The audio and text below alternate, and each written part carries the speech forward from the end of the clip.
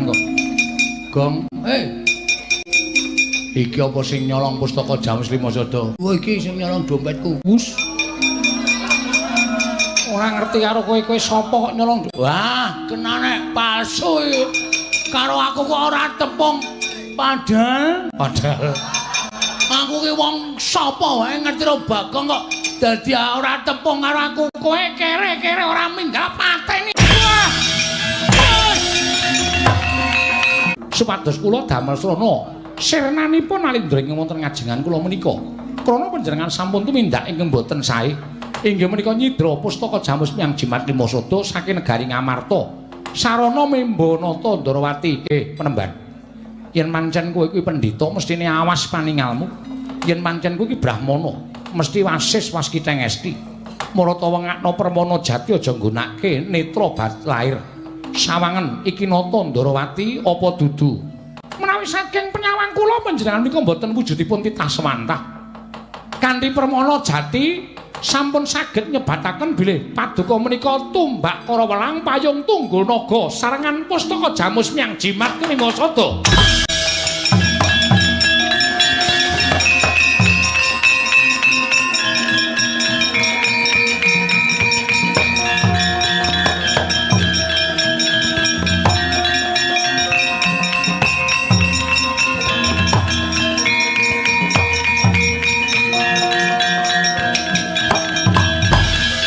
Loh. Kok dadi mesti pirang-pirang iki lak dikelokke. Petruk wong goblok. Kilokke dengkulmu mlocot. Ki anggepmu kuwi mesti apa? Kuwi iki tumbak para welang payung tunggul naga. Pustaka Jamus Miang Jimat Lima Sada. Aduh.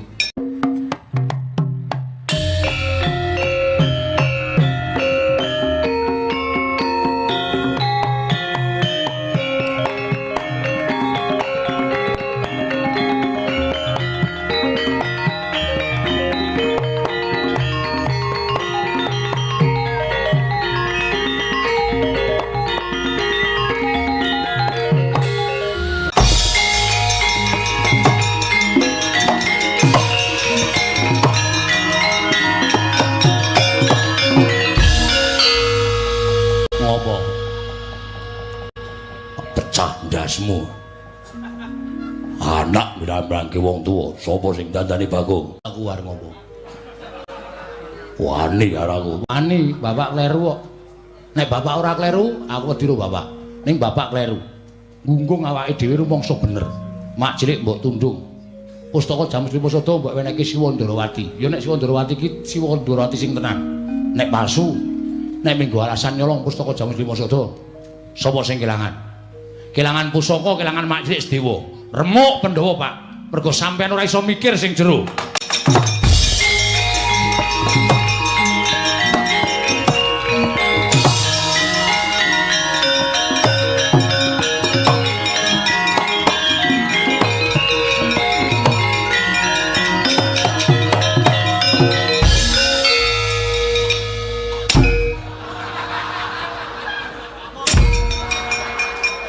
Kaya nglelengi ra jamak-jamak.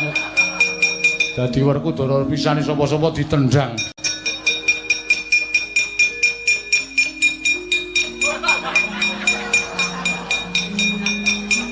Ndosena. Apa, Pak? Duwe Bagong. Ah iya. Begini kowe cemburu. Aku dudang Bagong muni apa Pak kok kowe serik atimu. Aku Werkudara sing tenan. Wis ngerti. Mula aja sok gawe lara atine wong liya. Mak cilik tok tunduk ya lara atine wajake ora. Ndosena. Dalem, Pak. Piye kabare ibumu Rangayu? Ya apik. Wah, aku kangen. Wasu.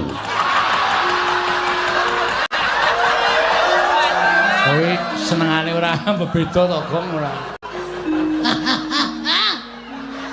Kangen ya. Ya engko tak temokke karo ibu. Nan, ora. Tenan ora mempeng bae. Oh iki Pak. Dadeke kaya wingi ngene. Bareke Wegah ning kene tenguk karo padha-padha Werkudara. Presani karo para kawula isin. Yo kene, bapak melu aku. Nendi? Ganti. Wah, mbok rasa. Oh, rasa tekan esuk arep ngono kuwi malah entek-entek ki ora.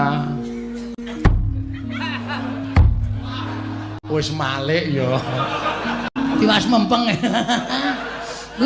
Jan nyenengke tenan. Wis, saiki bapak piye? Wah, iya piye? Wis kebacut, Pak.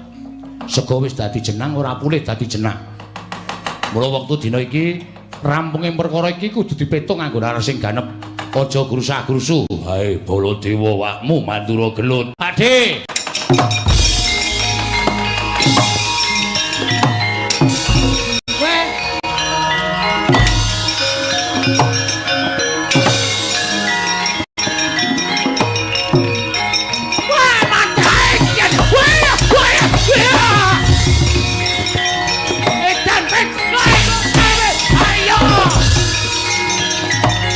Sabar, Pakde, sabar.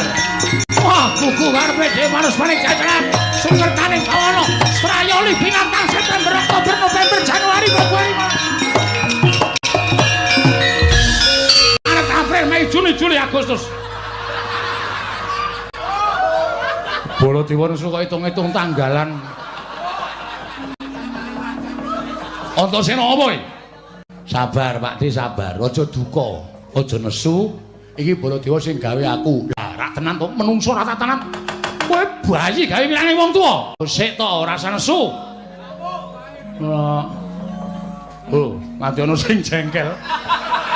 Kowe arep ditapuk tak terkirono kok ditapuk tenan lho kowe. Oh, aja. Adine ra wani ora. Ah, kandhani ngaya. Tapuk sisan lho. Tapuk kaya lemut. Minggir.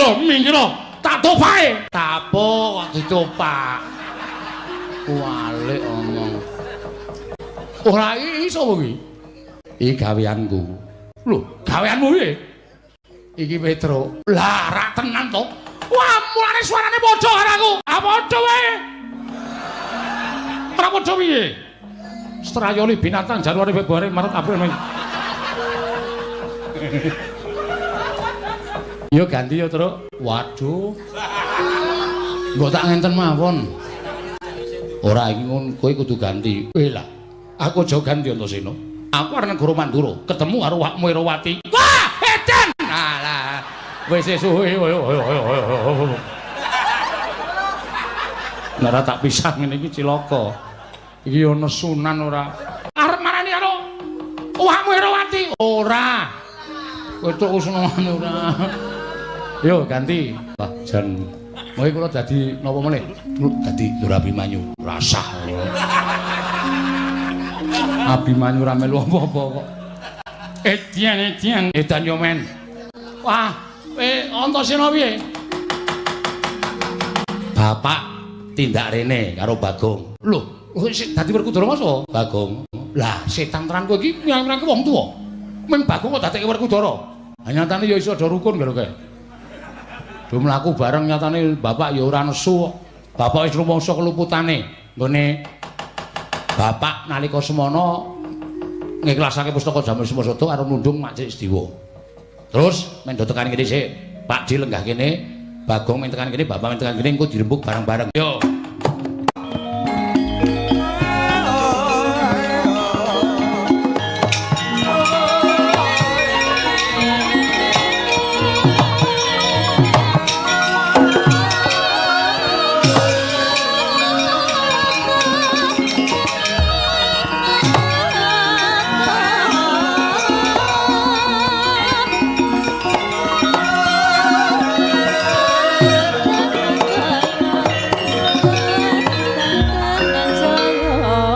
Werkudara. Wis togong kowe iki ngapa? Lelinggo kuwalek, Ndara. Wah, kowe disiki kok. Iki sing nang mburiku sapa iki? Bagong Edian. Kuwi ngapa kowe? Sing nang mburiku kudune Werkudara. Kowe. Pindah.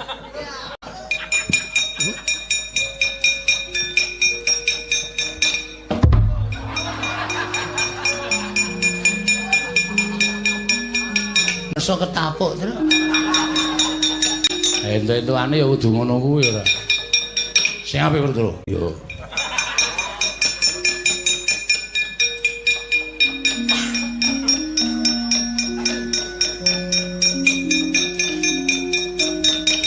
Baladewa kakangku. Yai Werkudara piye? Kuwi cangkem iso meneng ra kuwi? Wis malih dawang sing Baladewa kakangku kakangku piye? Mboten. Ah, ya karang ketonto ya, Tru. Ah iya. Bapak wis nglenggono keluputan. Pakdi, aku tak matur karo Pakdi. Ora perkara piye-piye, ning aku apal karo pambeganing Mak Jirik Sediwa. Apal perkara piye? Mak Jirik ki aja dianggep bocah sing nom dhewe ning Pandhawa, utawa piyai sing muda dhewe yuswane ning Pandhawa. Ning aku matur bola-bali to. Siwa Darma Kusuma wae pendak-pendak taren karo Mak Jirik Sediwa. Mula ngendikane Mak Jirik Sediwa perkara pustaka Jamus Lima Sada kuwi bener. Lah saiki ngene. Nek upama ketratase pusaka kuwi dicidra karo menungsa sing Membanata Ndarawati, lan saiki wis kelakon nggawa pustaka Jamus Lima Sada. Saiki aku tak takon, sing tanggung jawab sapa? Ayo. Nek perkara lungane Mak Jirik Sediwa sing tanggung jawab Bapak Werkudara, Rama Jodipati. Merga sing nundung Rama Jodipati. Nek perkara pustaka Jamus Lima Sada kuwi piye sing arep tanggung jawab sapa? Monggo sampeyan rawuh ning negara Ngamarta ndombani nata Ndarawati nggone nyuwun ngambil pustaka Jamus Lima Sada. Ya ora. Waduh lah terus piye? Ah, iki nek gelem menggalih nganggo nalar sing garwa lan adu plegak-pleguk kabeh to. Mula perkara iki wajib dipetung. Ning iki mau nyatane wujude blegere Yayi Prabu Ndarawati. Saiki akeh wong sulapan. Tenan lho.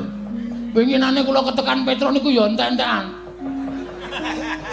Bonom wong liya nyandang Petruk maling gen kula entek-entekan. Oh, apa kok? Heeh. Jam piro le teko? 1:30. Aku 1:30 ning gonamu iki. Wah, berarti kowe tenan kowe. Kene, Tru. Wis tak dol. Kowe ditagih semaya wae kok.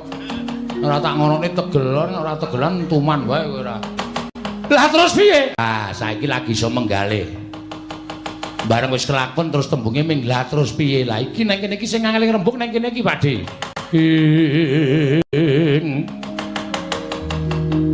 Tarikat lampahing rata tanpantara.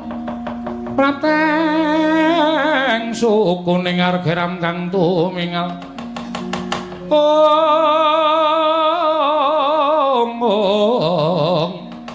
Geram kang tumingal dendeng saengga praja.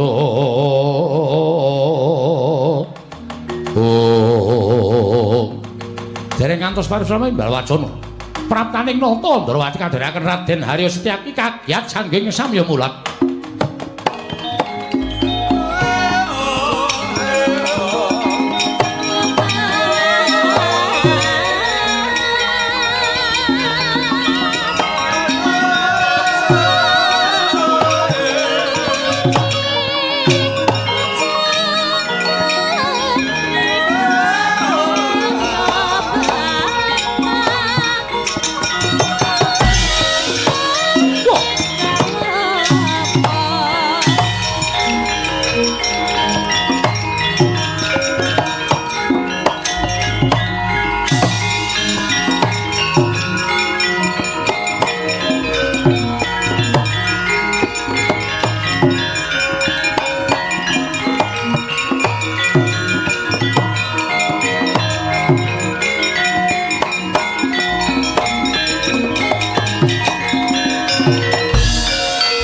Sinayeng manglung mintonaken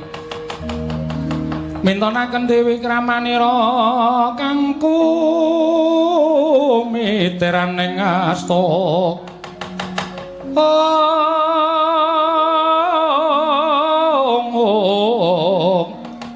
kang kumiteran ing asta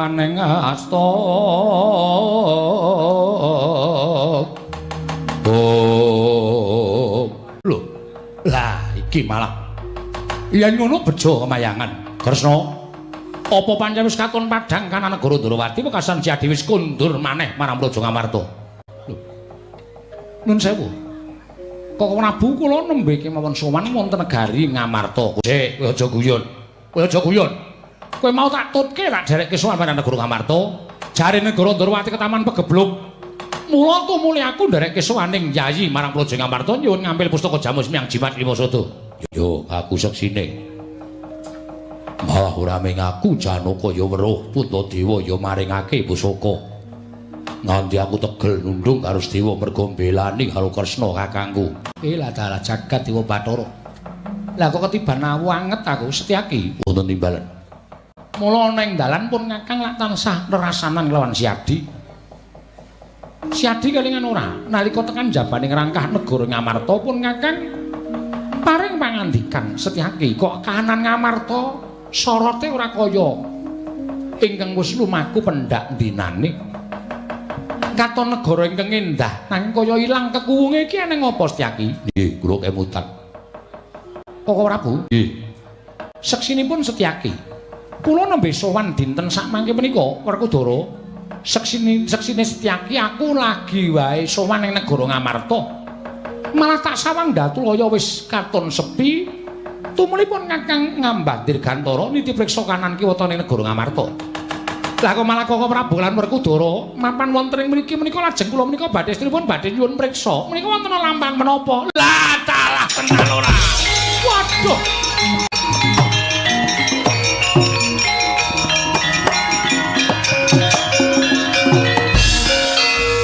Wah. Lah kok ora merucut ucape Antasena. Kandhane kok apa ora? Pak, oh, es korban adimu lanang sing tok labuhi ora ana nyatane. Waduh. Sak kira ki nek arep waduh. Ora waduh iki wis kebacut kok waduh. Wah, Sedewa, aku njaluk ngapura. Iya, Dimas, ora dadi ngopo ya iki? Ngopo to, suwene meneng wae kok cerewet ora. Ha kae njaluk ngapura sapa? Wong Sedewa wae ora ana. Nek ora diwangsuli engko nesu. Gong, nun, meneng sik. Iki Lembuk Wigati. Siap.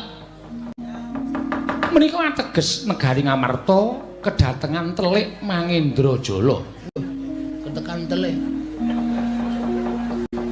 Ingkang dusta pustaka Jamus Miang Jimat Lima Sada. Waduh, mongko pun Kakang dadi saksi tama. Atur Nyai Prabu Ndorowati kunjuk Nyai Prabu Darmakusuma wekasan Nyai Prabu Darmakusuma maringake pustaka Jamus Miang Jimat Lima Sada. Inggih. Werkudara tumuli mentala kelawan adimu lanang ngono to? Iya. Wis, perkara iki ora sandadak padha digawe getun. Jerengsing jeneng lelakon kuwi adile mung dilakoni, pacoban kuwi adile mung disandang. Iya. Mula sesuk meneh kuwi sing prayitna ngati-ati. Aja gampang kepilut marang gebyaring busana, aja gampang kepilut marang akeh raja Brana Picis. Aja gampang kepilut marang esem kang manis sarta manuhara. Ingkang saknyatane kuwi bakal dadi racun tumraping para Pandhawa. Ya, aku njaluk ngapura, Dara. Nggih. Janaka Yai Prabu Darmakusuma dikanthi derekno ditindak menyang ndi? Sowan ning Karang Kadempel, Petro, dalem. Bapakmu piye? Lho, sampeyan pun pirsane bapak loro. Wis. Pun dilek, durung. Waduh. Mbeto napa? Ora nggawa apa-apa wis. Wah. Jeruk-jeruk ora masalah. Sing kecut wis. Nggo linu-linu untu ya, Tru. Heeh. Mangane linu uripe. Ha iya. Tolong linu untune. Ha iya. Sowan ana ing Karang Kadempel Werkudara. Ya. Mengko manut karo ngendikane Kyai Semar. Ya. Kabeh diganti ning negara utawa ning Karang Kadempel. Elinga. Pandhawa tanpa Semar tak kira bakal nungsang puyang lakone nggudel bingung numbuk bentus ora weruh kiblat. Yen tanpa nata Ndorowati wae tak kira Pandhawa isih isa nata marang uripe. Nanging yen tanpa Semar, merga Semar ki pusaka ing bisa kandha jimat kang bisa ngucap sapa ing cetakan kelawan Semar ingkang lali dadi eling ingkang luput tumuli dadi bener, ingkang bengkong tumuli dadi jejeg. Yo, kok ora Bu? Nggih. Monggo dateng Karang Kadempel. Yo. Petro, nun. Sowan bapakmu. Alhamdulillah, Gong. Sinuwun Ndorowati barang arep ning Karang Kadempel. Wah, wis Semar ki mung etok-etok jan. Ora, ngawur Semar. Apa golek sumbangan ya ora. Iki anak apa to ya? Anak kodhok. Ngayal kan. Monggo sinuwun. Kok Prabu? Ya, ayo. Ora kudara. Ya tak derekke. Antasena melu ya nggih. Ya, Pakde ngestake dawuh. Setyake ayo. Monggo kula dherekaken Koko Prabu.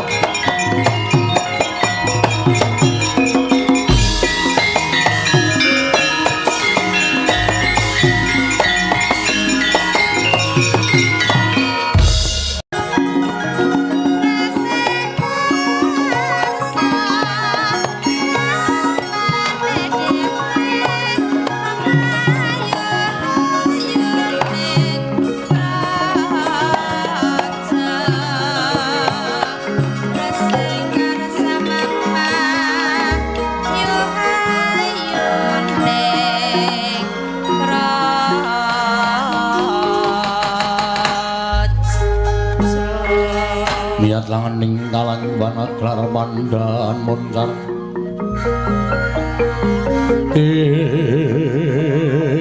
non lir kekonang surem sorotetan padang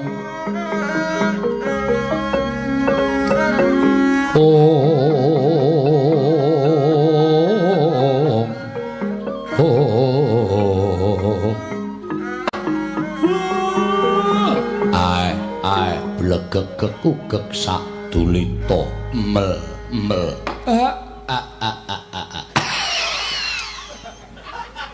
wah kompresore terus jeblok bareng waras ha iya waduh ora entuk warisan Semar mari matur nuwun Den nggih sampeyan sing iso menehi kekuatan kali kula Semar niku mboten iso dipisahake kali Pandhawa.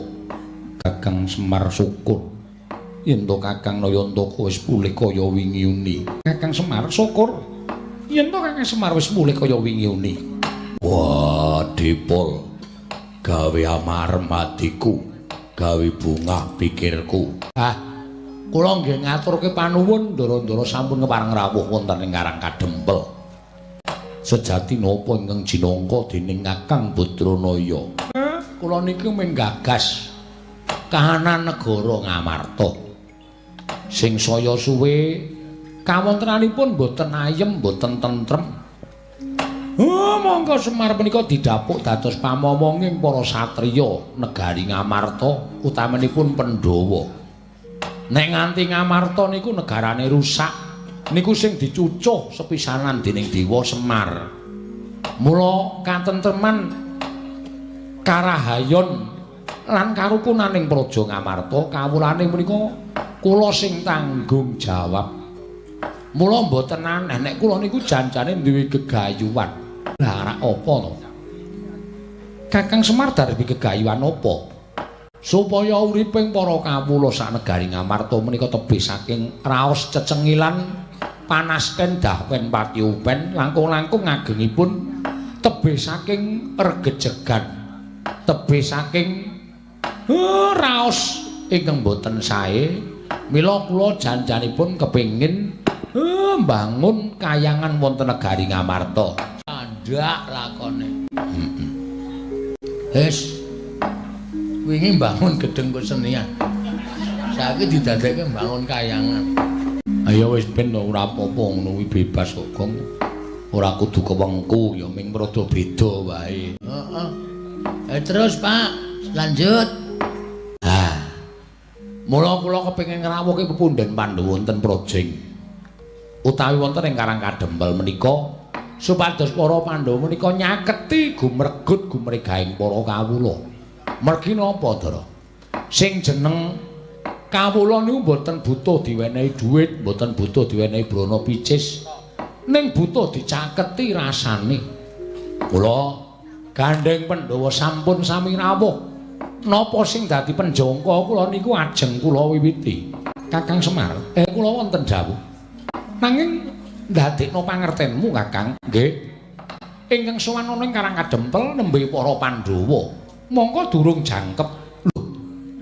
Durung jangkep mergane ragil Pandhawa ya kuwi kadangku Yayi Sedewa lunga saka negara Ngamarta. Ndara Sedewa niku arang-arang gawe masalah. Arang-arang gawe perkara kok saged tindak menika merga ditundung karo bendaramu Werkudara.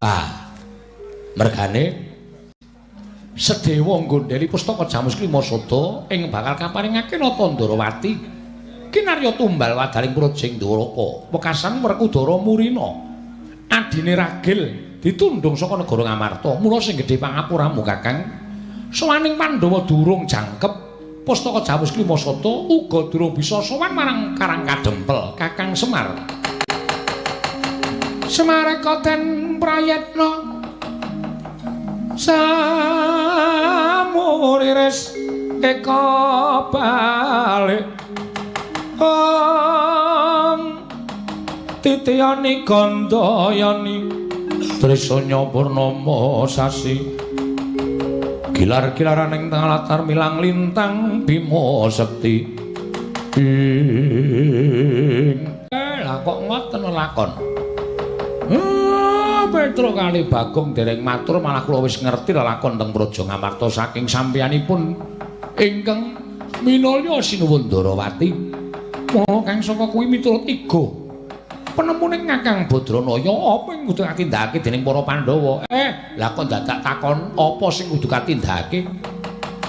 Barang sing ilang niku wajibe digoleki. Napa-napa sing ora ana niku diwajibe diupaya supaya bali ana.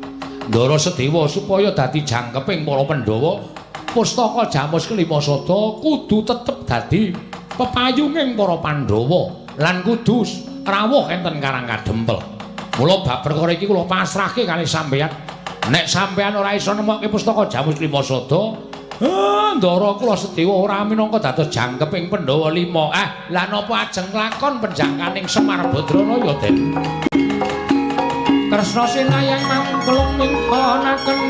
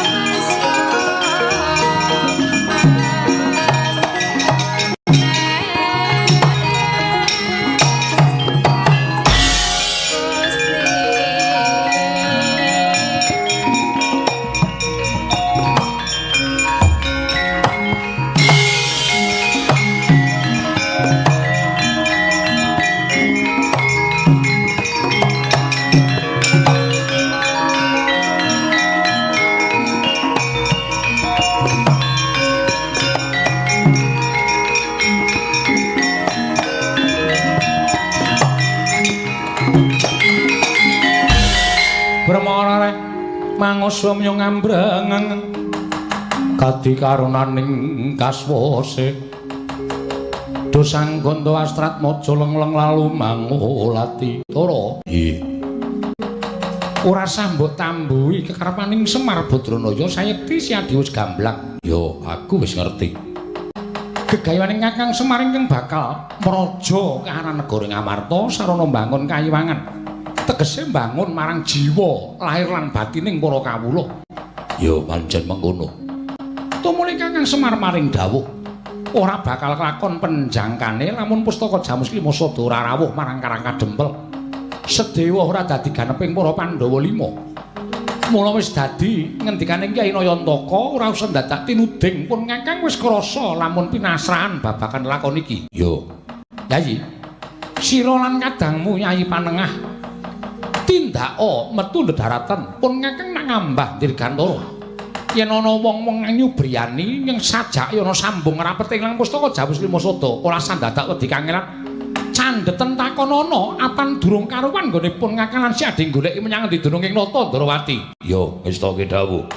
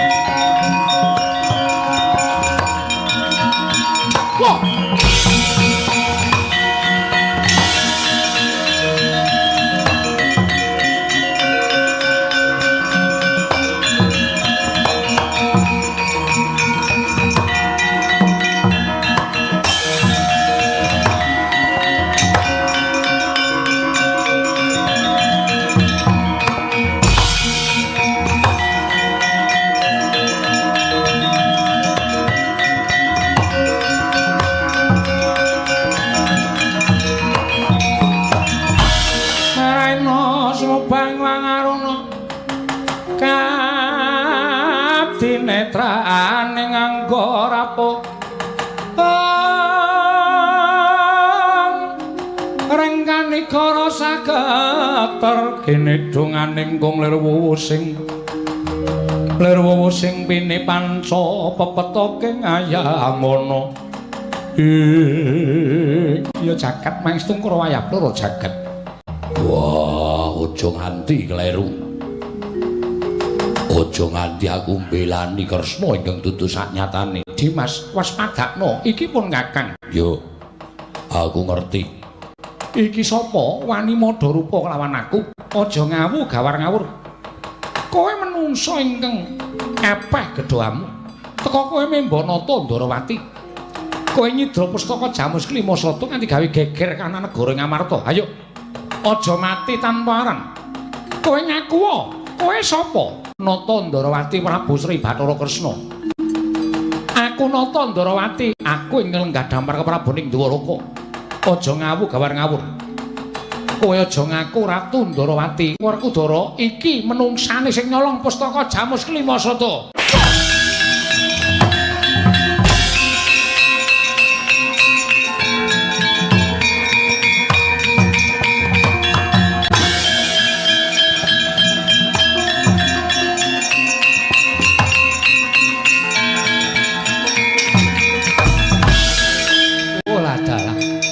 Werkudara kowe gampang diblithuk karo menungsa sing aku Nata Ndarawati. Marata gak wis wadana.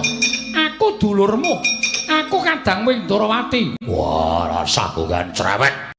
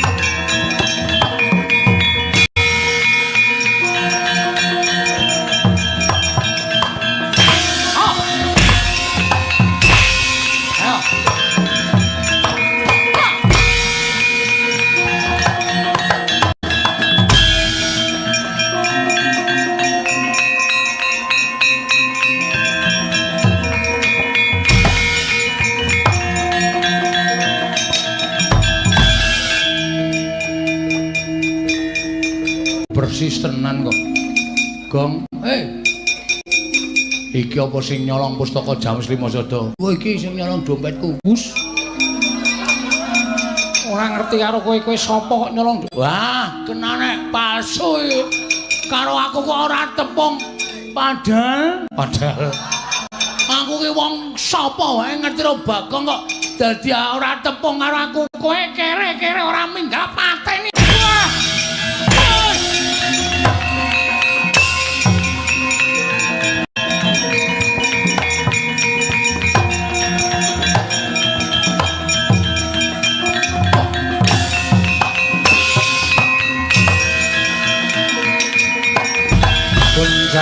Ganjing langit kelap-kelap katon lir kincanging risang mawe gandrung. Ayo dulur wis padha kalah karo aku, ora ana ingkang mangga mulya.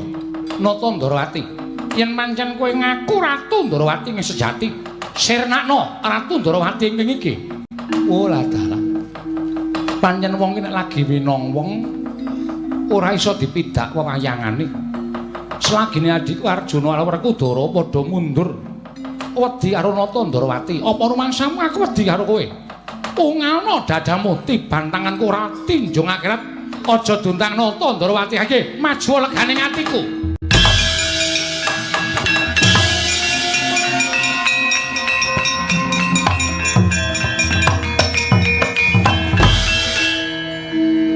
Sinuwun Kresna iku ora pisan ora pindho ngono kae. Tantangan rame-rame kok mati dening aku kulepat lunga.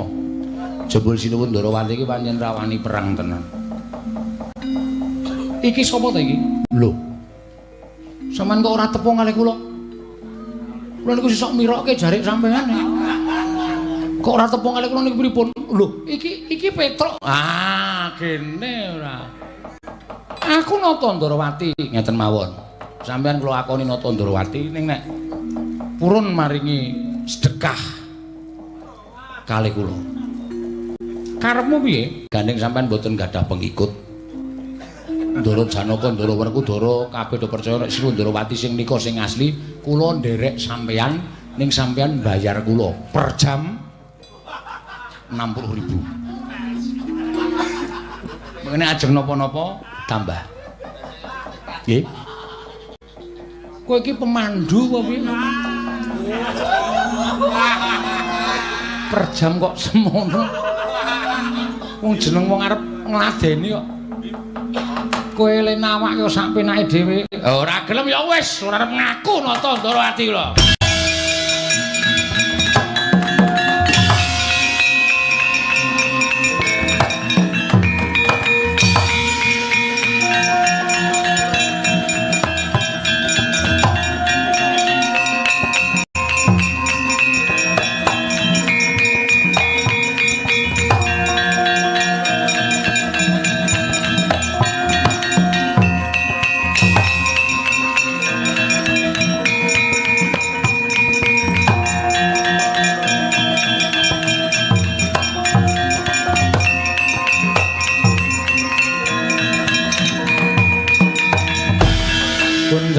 Ganjing langit kelap-kelap lir kincanging risang mawe gandrum. Lho, suwe ning aku mlayu saka ing Mahabharatan nasak telenging Wanawasa iki ana pandhita. Wangune pandhita ing mapan ana ing telenging alas. Iki sapa? Ditepungake wae aku Brahmana kleyang ngabur kangenan. Mendung kebaratan ing ngendi tibane ya kono papan dunungku. Aku Begawan Dewa Kusuma. Begawan Dewa Kusuma. Iya. Panjenengan sapa sinuwun? Takon karo aku Nata Ndarawati, Prabu Sri Bathara Kresna. Prabu Sri Bathara Kresna. Iya, dasar pranyata. Sing mburi sapa? Lho, aku ora nggawa kanca. Iku aku nusul. Petruk ki mbok yo nganggo swara tuk apa piye? Kok tanpa nganggo iringan babar blas yang batur ya. Nganggo iringane sin Nalendra Satriya nganggo iringan. Ming kula men kere kok nganggo iringan. Kere niku iringane anggere gamelane mandeg terus mlumpat panggung jukuki dos-dos niku. Kaya wingi ya, Truk. Akeh tenan kene. Oh. Nganti diitung ora. Sak penake ra. Kersane apa sinuwun? Karepku aku golek Pintasraya. Lho, Pintasraya piye? Aku kuwi duwe mungsuh. Wujude Nalendra jebles kaya aku tanpa beda. Ora genggang sarikma. Nanging menungso kuwi ingkang aku Natandrawati ing Nyidra Pustaka Jamus Miang Jimat kelima sada. Begawan Dewa Kusuma, nek sampeyan iso nyirnake Nalendra ingkang wujudane kaya aku, sampeyan njaluk apa wae mesti bakal tak turuti. Sinuwun, kepasang Yogya katujuh ngene. Dene sejatine mataku ning jagat iki wis sinampiran pakaryan kudu nglakoni tapa ngrame. Tetulung marang sak pepadaning urip. Mula gandeng sinuwun Ndarawati nyuwun tulung kelawan aku mesti wae tak tulungi ning aku tanpa pamrih apa-apa. Kowe lah yen pancen ora pamrih apa-apa malah tiwas kebeneran. Mara gake sirnakno. Nalendra wujudane kaya aku jebles ing Nyidra Pustaka Jamus Lima Sada yen perlu pusaka mau rebuten ya. Pamujimu tak jaluk sinuwun tak tandangane. Mungsuhmu ingkang wujudane kaya sira sinuwun Ndarawati.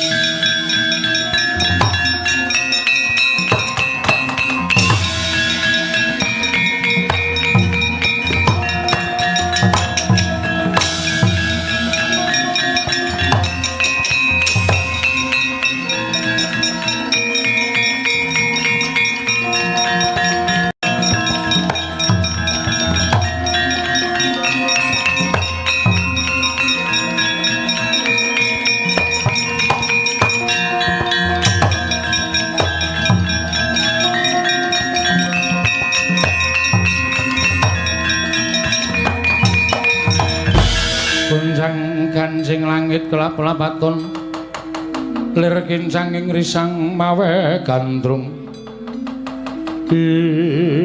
sapa iki ana brahmana muda teka prapta ning ngarepaning Natandrawati itu muli mlumpruk ndeprok kowe sapa menawi paduka dangu kaliyan kula menika pun nami Begawan Dewa Kusuma. Lho Dewa Kusuma nggih kasinggihan mekaten.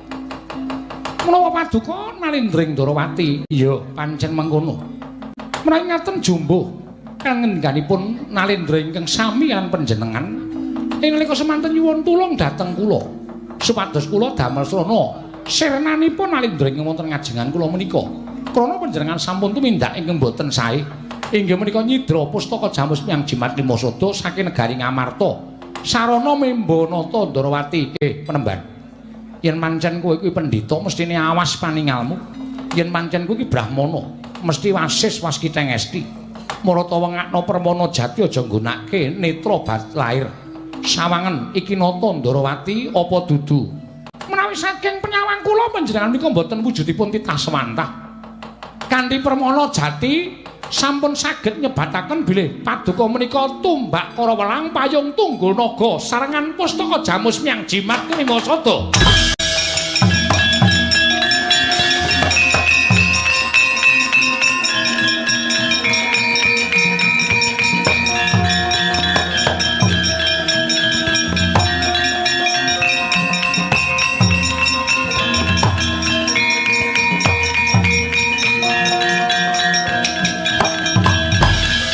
Loh.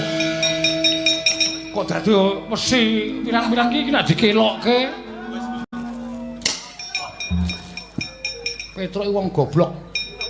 Kilokke dengkulmu mlocot.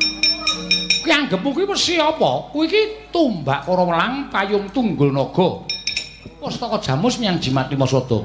Aduh. Nganti kualat Cilaka Gong. Arep ora tumbak karo perang ora? Ora ya. Ora rene kowe. Ora. Tak duduhi lho. Emoh. Engko aku nek merono wis malah kedawa-dawa jame. Waduh niki pendhita niki ampuh tenan jinuwun. Iya. Pendhita iki pancen ampuh Petruk. Nggih. Iso ngasorake Nalendra Ndarawati ing sejati jebul kumpulaning pusaka negara Ngamarta mula ora aneh yen pustaka Jamus Lima Sada iso diboyong kanthi gampang. Nggih. Lah iki dadi sarana bapakmu kasembatan nggone bakal mbangun kayangan. Jan seneng banget lho. Bapak niki iso mbangun kayangan ati kula seneng banget. Iya Petro nggih. Lah terus Begawan Dewa Kusuma Petro samangen to. Arep nganggo busana werna-werna ning aku ngerti nek iki adikku Mbumira Tawu Sedewa.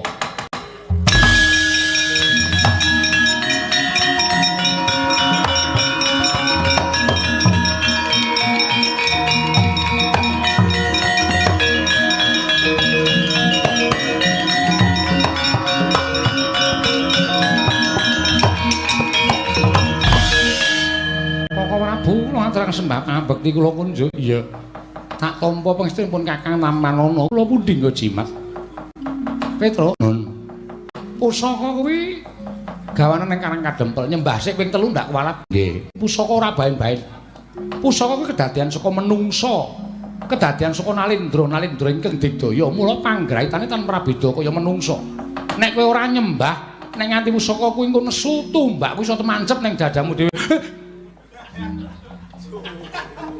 medhek-dheki senengane. Mula nyembah sik nggih. Nggih, sekali-sekali nggoyong pusaka ampuh-ampuh. Ilang syarat sawane. Ora malati kula ngabdi ing Petruk. Nuwun sewu. Ngene. Gong ora ngajang-ajang ngono iki harus liwat. Ku tak tendang lho kowe. Abot iya. Tak antil kowe ora. Sedewa iya wonten maring adawu. Ora usah duwe rasa serik kelawan Kadang Munjadipati sayekti. Kadangmu nunggul pawenang Werkudara wis ndodho kelawan kelumputan. Nggih, mboten dados menapa Prabu. Nyatanipun menika dados pangasah pangungkaling jiwa ingkang rayipun Sedewa.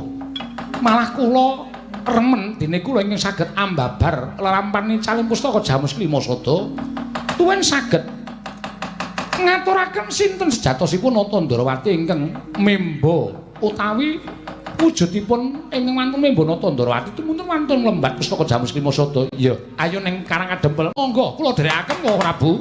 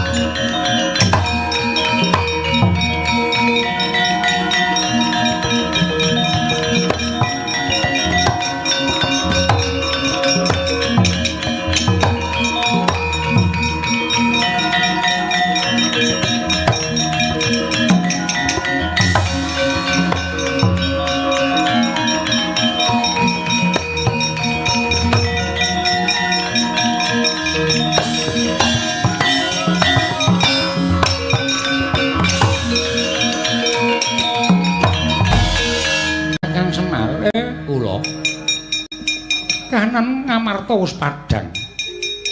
Ing nyidra pustaka Jamus Klimasada wujuding Natandara ing kedadian saka tumbak kara welang payung tunggul naga. Wah, pancen yo aneh-aneh bae. Sinuwun Ngamarta. Iya, Kakang Nayantaka. Sejatosipun lek kula nyuwun pustaka Jamus Klimasada menika mungkin Arya Srana Pandhawa sami mlempak wonten Karang Kadempel. Ndara niki pusaka dipun tampi rumiyin Kakang Semar ora nggunakake panjenengan ingkang mundhe pusaka rasane Karang Kadempel niku wis ketekan pusaka katelune Ndara.